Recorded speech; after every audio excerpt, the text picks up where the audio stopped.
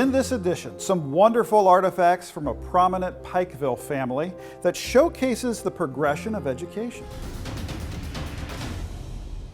So these were artifacts that came from the Stephenson family in Pike County, so far eastern Kentucky. And the three items that we have today were used by Ann Stephenson. She was born in 1925 in Pike County, and we have her report card actually from 1934, from when she was a 5th grade student. Pretty easy to overlook. If you come across this in the archives, you say, oh, it's a report card, and it might be interesting to look at. You can see her grades. She was a very good student. She got straight A's. Most curriculum in the early 20th century was pretty narrow, pretty confined, the so-called 3 R's, reading, writing, and arithmetic.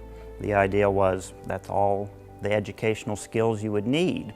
But if you look at this report card, you can see that toward the end of the school year, they're adding subjects like physiology, history.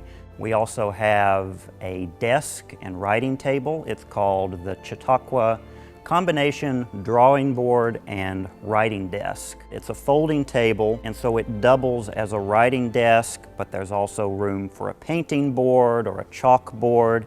It has these really neat scrolls that come down with alphabets, numbers, illustrations. And then finally we have just a play table. It's a small table designed for a child, but it's also has some numbers, the alphabet, some nursery rhymes. A lot of reformers at this time are saying, well, what about the child and their interest? What if we try to integrate learning and play? And I think these artifacts give us some great windows into what your average, ordinary, everyday Kentuckian might be doing.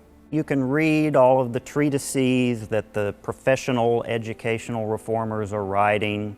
But at some point you have to actually go onto the ground and see how some of these reforms are taking place. How are they being implemented in the classroom?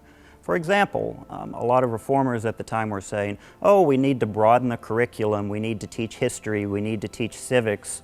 But if you look at some of these report cards, you can see, hey, that's actually what was being taught. But as you start to get more historical pieces, more evidence, you can slowly piece together what these lived experiences might have been like. For more information, visit us online at history.ky.gov. From the Kentucky History Center and Museums in downtown Frankfort, I'm Doug High.